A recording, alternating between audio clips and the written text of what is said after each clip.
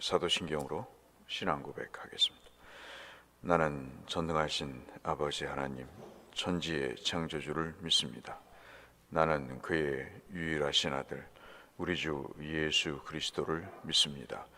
그는 성령으로 잉태되어 동정녀 마리아에게서 나시고 본디오 빌라도에게 고난을 받아 십자가에 못 박혀 죽으시고 장사된 지 사흘 만에 죽은 자 가운데서 다시 살아나셨으며 하늘에 오르시어 전능하신 아버지 하나님 우편에 앉아 계시다가 거기로부터 살아있는 자와 죽은 자를 심판하러 오십니다. 나는 성령을 믿으며 거룩한 공교회와 성도의 교제와 죄를 용서받는 것과 몸의 부활과 영생을 믿습니다. 아멘. 찬송가 325장.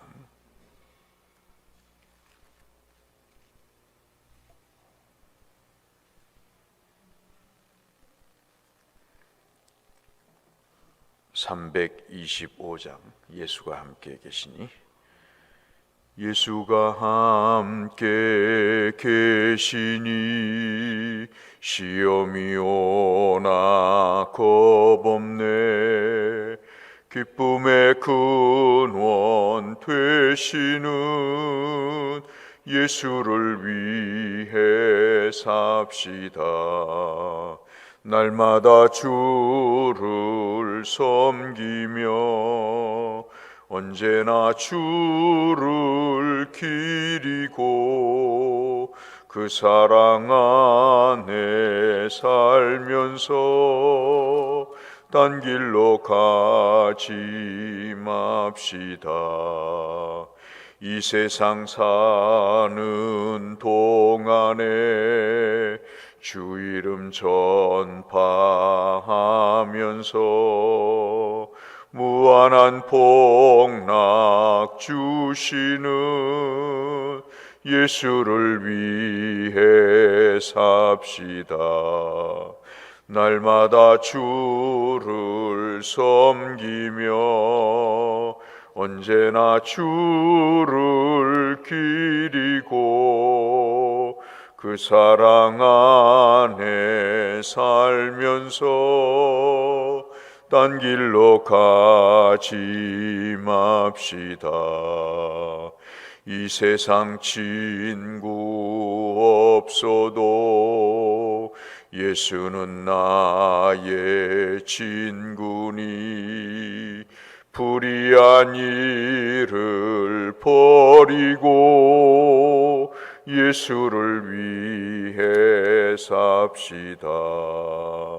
날마다 주를 섬기며 언제나 주를 기리고 그 사랑 안에 살면서 딴 길로 가지 맙시다.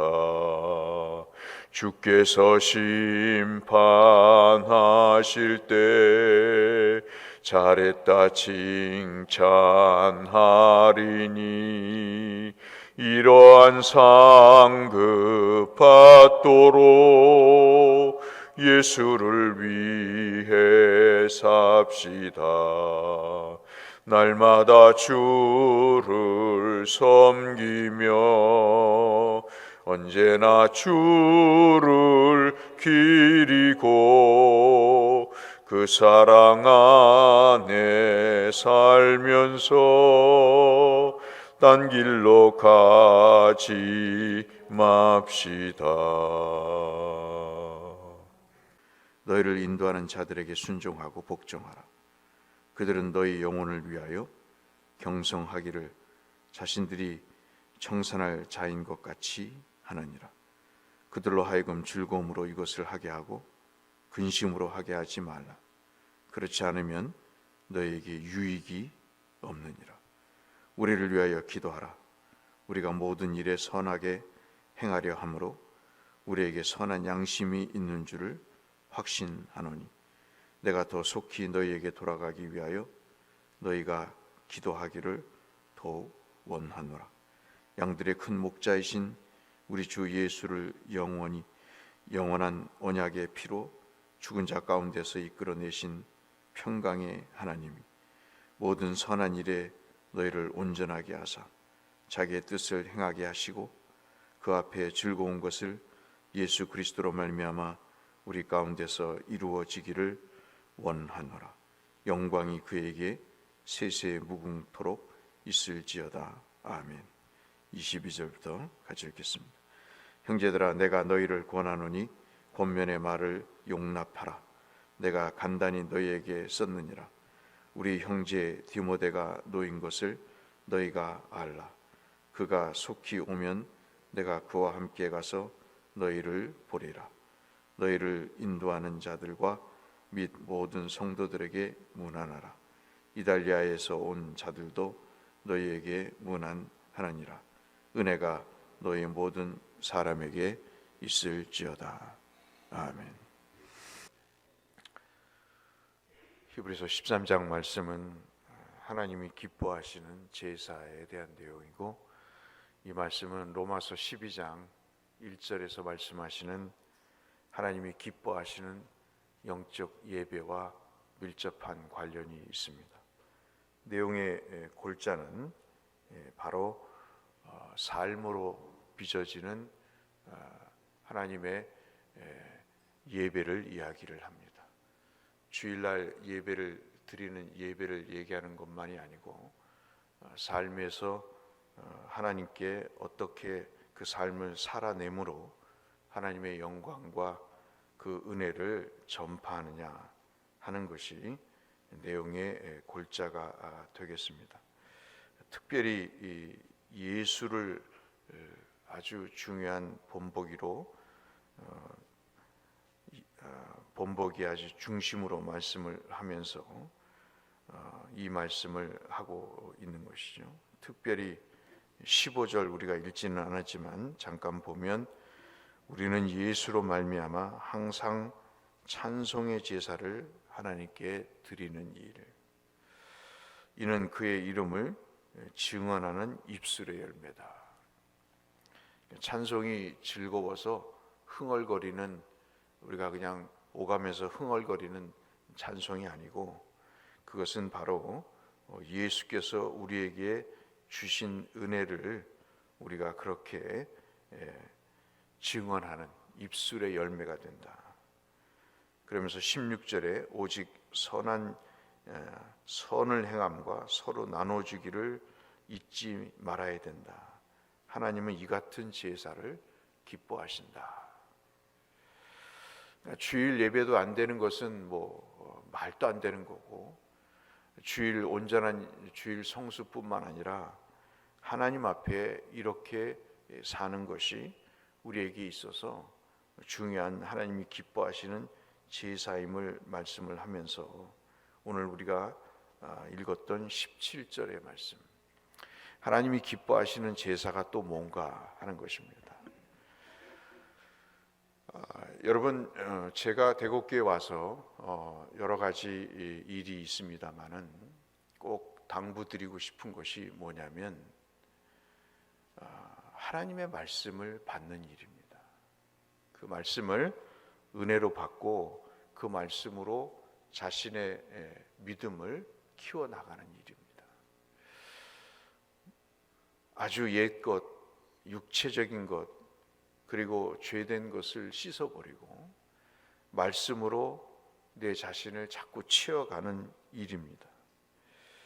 특별히 이 목회자와의 관계에 있어서 주님이 제사를 말씀을 드리는 것은 굉장히 중요한 포인트를 우리에게 말씀해 주고 있습니다. 목회자에게 무슨 관계를 좋게 하라, 함께 즐겁게 친하게 지내라, 그런 의미가 아닌 거예요. 17절부터 말씀하시는 것은 두 가지입니다. 말씀을 듣고 그 말씀을 받아서 내 영혼에 채우는 것입니다. 그리고 두 번째는 목회자를 위해서 기도하는 거예요. 이것이 성도로서 하나님 앞에 살아가야 될 중요한 내용이라고 말씀을 하고 있습니다.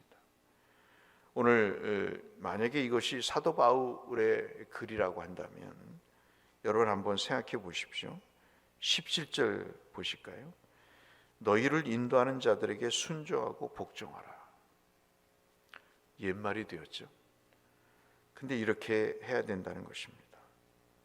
그들은, 목회자들은 너희 영혼을 위하여 경성하기를, 깨어있기를 자신들이 청산할 자인 것 같이, 마치 이것을 하고 이게 마지막인 것 같이 모든 것을 마지막으로 생각하고 최선을 다해서 하는 사람들이다.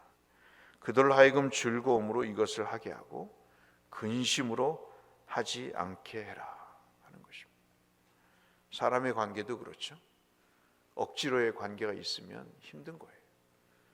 저 사람이 나를 생각하느냐 안 하느냐는 행동을 통해서 나타나는 거잖아요.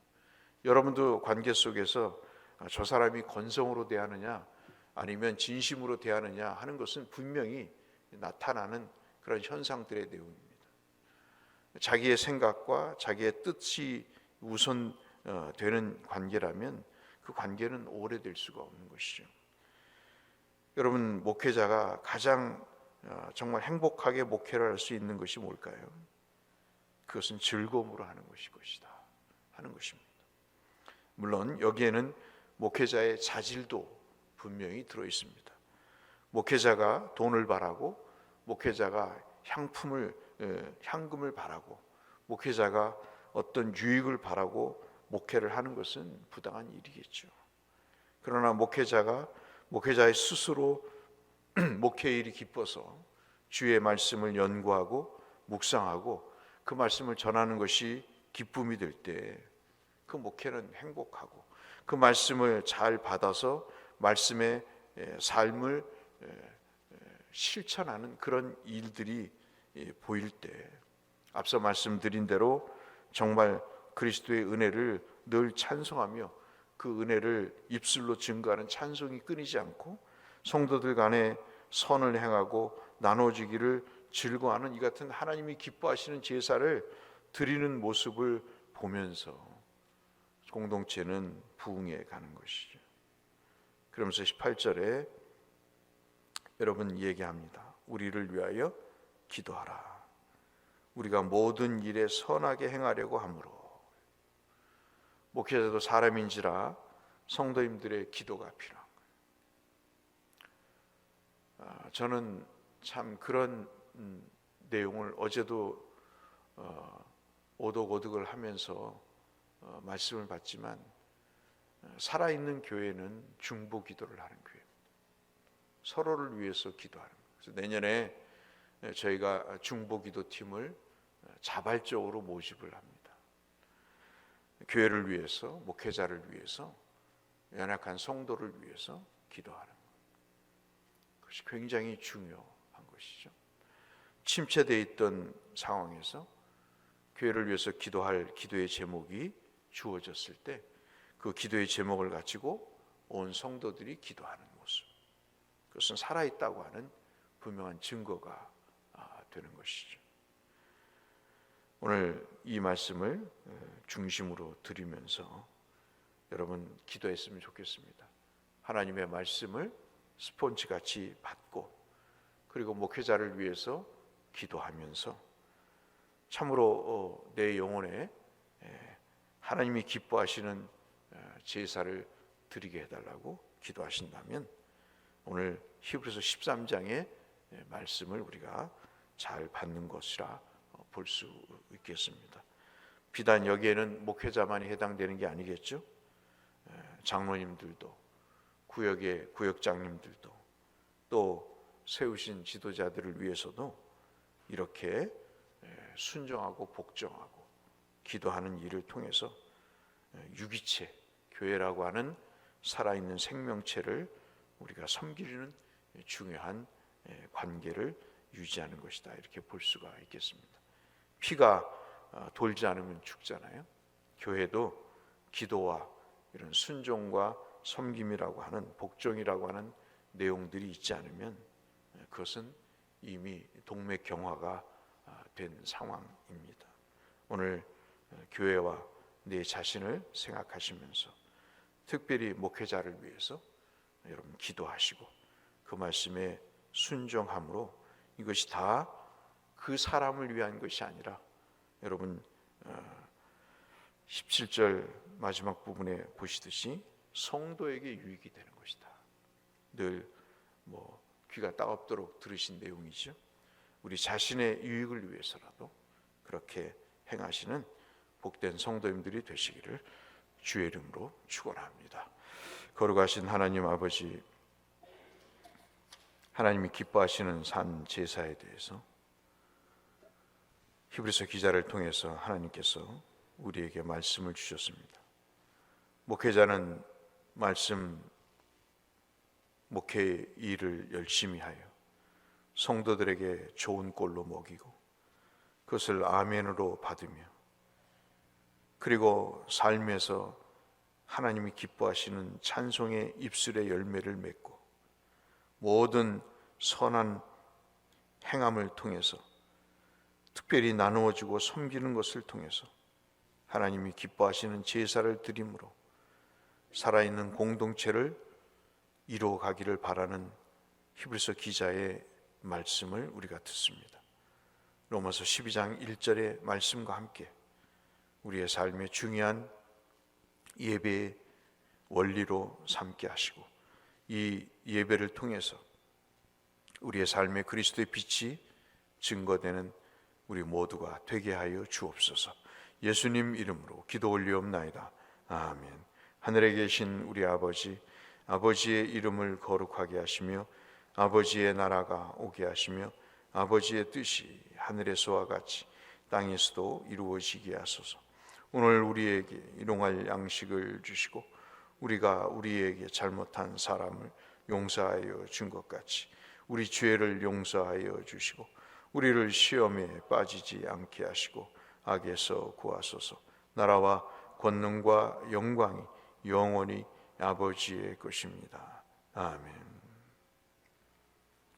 한 주일을 지내면서 하나님의 은혜가 함께 하시도록 주님과 동행하는 삶을 살게 해달라고 아프신 분들과 교회와 내 자신을 위해서 오늘 주신 말씀을 생각하면서 함께 기도하며 주 앞에 나가겠습니다.